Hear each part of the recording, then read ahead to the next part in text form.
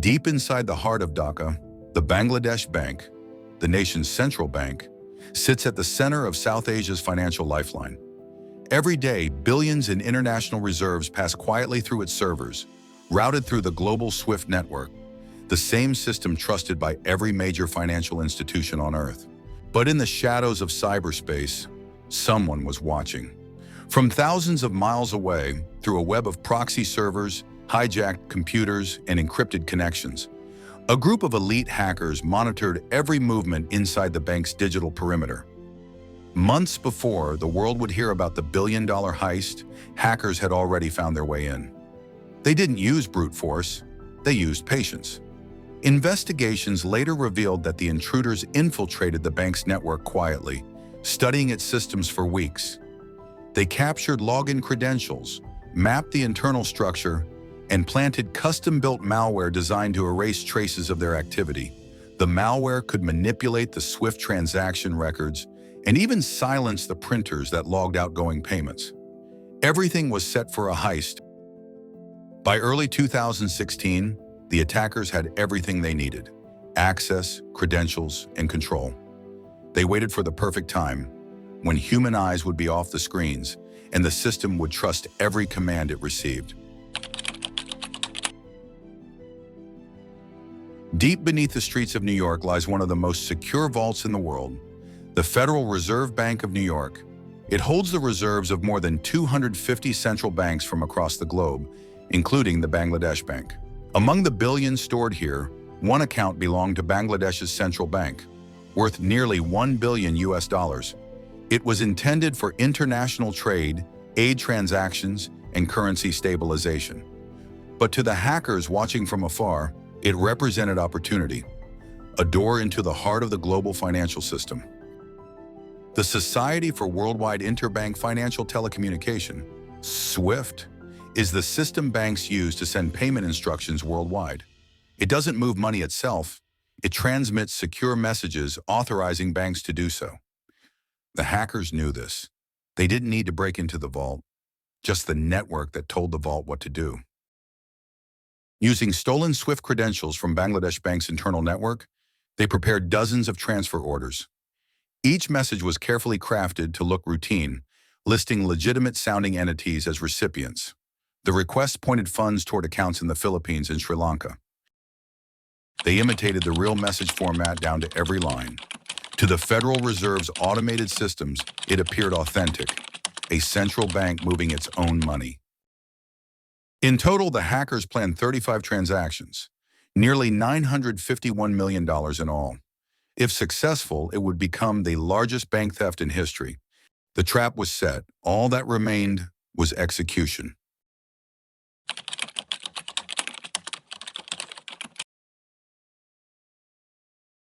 It's a Friday night in Dhaka, the start of the weekend in Bangladesh. Inside the central bank, offices are empty, but on the servers, something has begun. Using the stolen SWIFT credentials, the hackers log in remotely to Bangladesh Bank's internal network. They know the timing perfectly, when the staff are gone and the communication line with New York is still open. In quick succession, they send 35 transfer requests through the SWIFT system. Each order instructs the Federal Reserve Bank of New York to release millions of dollars from Bangladesh Bank's account. The total, $951 million. At the Federal Reserve, the messages appear routine. Every instruction carries valid authentication codes. Because they were stolen directly from the bank's real system, the Fed's automated systems begin processing the transactions.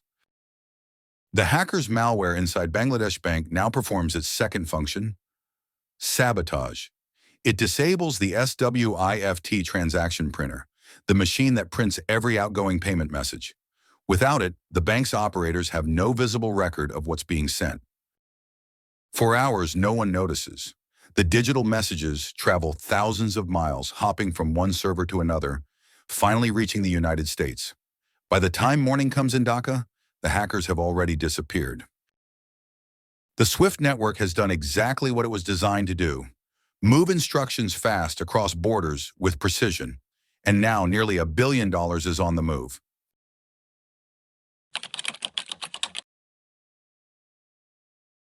Morning light seeps over Manhattan.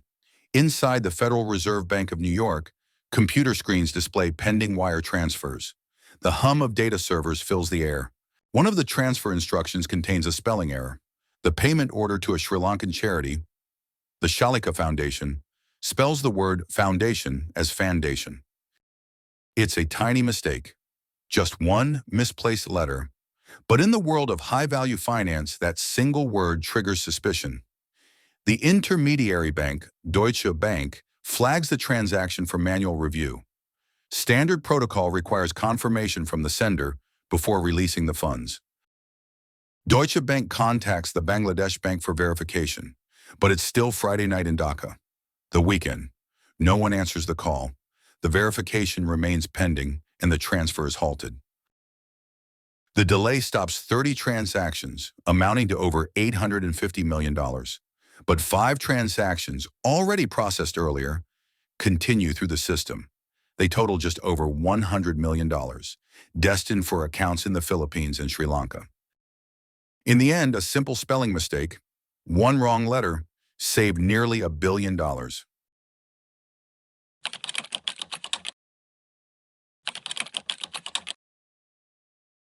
February 5th, 2016, as most of the fraudulent transfers are blocked in New York, 5 succeed. Around 81 million US dollars leaves the Federal Reserve Bank of New York and enters the banking system of the Philippines. The money is routed to 4 RCBC accounts in the Makati City branch. Accounts opened just months earlier under false identities. Each name and document appears genuine. Each account shows normal activity until now. Within hours, tens of millions of dollars arrive. Branch managers authorize the conversion of funds into Philippine pesos and transfer them to remittance companies and casino accounts. At that time, casinos were exempt from the country's Anti-Money Laundering Act, a critical loophole. Over the next few days, the money is moved through remittance firms, foreign exchange dealers, and junket operators, a network that handles high-roller casino clients. Security footage later shows suitcases of cash arriving at gaming rooms in Manila and Solaire resorts. Investigators believe that much of the money was exchanged into chips, gambled briefly, and then cashed out, effectively erasing its trail. From there, it was transferred to accounts in other countries and vanished. The incident prompted an unprecedented investigation by the Philippine Senate's Blue Ribbon Committee. Testimonies from RCBC executives, casino operators, and regulators revealed the speed and complexity of the laundering operation. Despite freezing several accounts, only about $15 million was ever recovered. The trail went cold in Manila. In less than a week, tens of millions had passed through a network built for entertainment and turned into a laundering machine.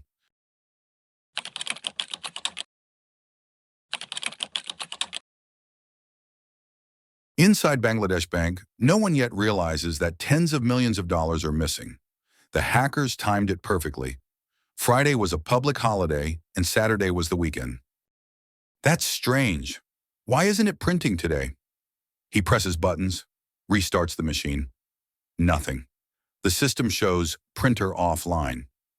Moments later, another employee checks the Swift terminal. Her eyes widen. Where are the transaction confirmations? The system log shows hundreds of outgoing messages, but no receipts.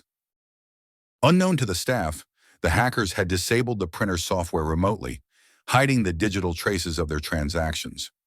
Without printed logs, the transfers appeared routine, invisible to human eyes. Panic spreads through the building. Teams scramble to contact the Federal Reserve Bank of New York, pleading to stop the payments. But by then, most of the funds had already cleared. By the time Bangladesh Bank discovered the breach, the money was gone. The hackers had vanished, leaving behind silence, confusion, and disbelief. In those quiet hours, the scale of the heist became clear. It wasn't just a banking failure. It was a wake-up call to the world's financial system.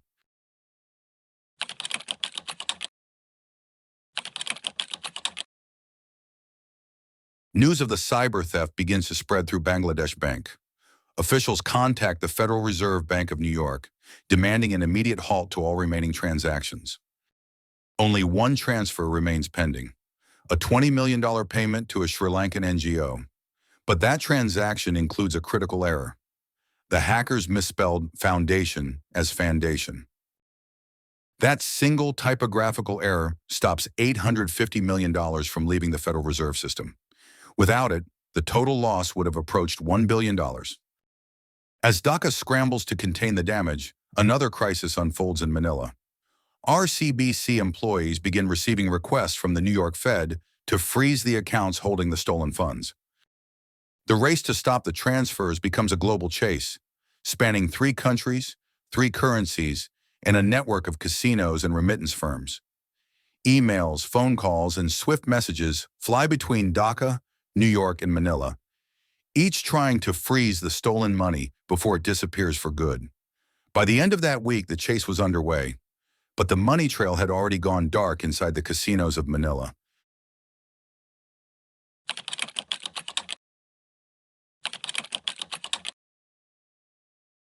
Mid-February 2016, as the world learns of the Bangladesh bank theft, pressure mounts.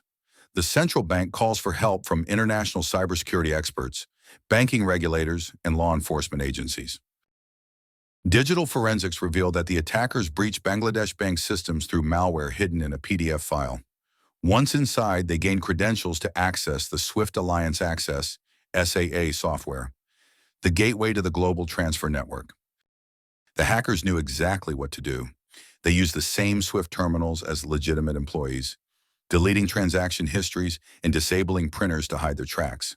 The forensic trail leads far beyond Bangladesh. Security analysts discover identical malware used in previous cyber attacks, including the 2014 Sony Pictures hack attributed to the Lazarus Group, a North Korean state-sponsored organization.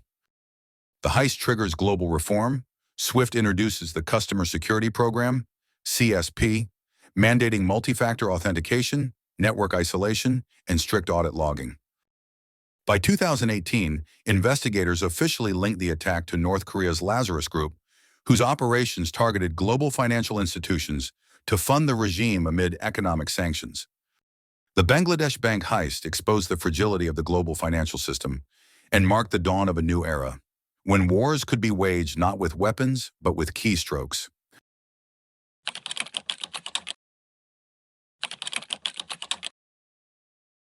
In the months following the heist, Bangladesh Bank faced intense scrutiny.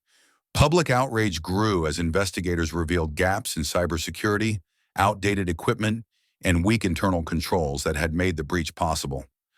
On March 15, 2016, Governor Atiur Rahman resigned, taking moral responsibility for the breach. A new leadership team was appointed to restore trust and strengthen defenses. In response, Swift launched the Customer Security Program, CSP, a global initiative requiring banks to upgrade software, isolate Swift terminals, and implement stronger access controls and encryption. Bangladesh Bank began rebuilding its digital infrastructure from the ground up. New routers, secured servers, 24-hour surveillance, and forensic monitoring tools. A joint investigation with the Federal Reserve Bank of New York, the Philippine Anti-Money Laundering Council, and Interpol sought to recover the stolen money.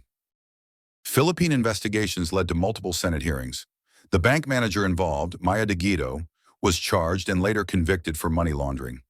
Regulatory reforms followed, including the amendment of the Anti-Money Laundering Act to include casinos.